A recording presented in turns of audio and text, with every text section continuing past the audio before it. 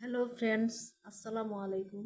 আজ আমি রান্না করব মাছের রাজা রুই আর শাকের রাজা পুঁই, এই দুইজনের সংমিশ্রণে।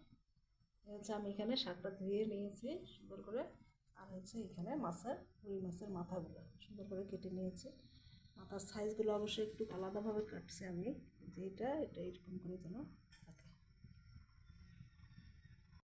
আমি এখন মশলাগুলো এক এক করে দিয়ে দেবো। আর এই ক্ষেত্রে আমি নিয়েছি বাটা মশলা,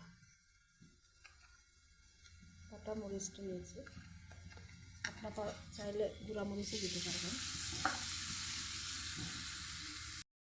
আমি 2-3টা কাঁচামরিচও দিয়ে দিয়েছি। দেখেন মশলা থেকে কি সুন্দর তেল ছেড়ে গেছে। এখন আমি মাছের মাথাগুলো দিয়ে দেবো। এগুলো কিছুদিন কষাবো। মাছগুলো কষানো হচ্ছে, আমি এখন পুঁইশাকগুলো দিয়ে দেবো। পুঁইশাকগুলো দিয়ে আমি কিছুক্ষণ ঢাকা দিয়ে রাখবো। আমার ডাঁটাগুলো কি সুন্দর সিদ্ধ হয়ে গেছে, আর মাথাগুলো সুন্দর হয়ে গেছে। আমি পুঁইশাক তুলে দেবো।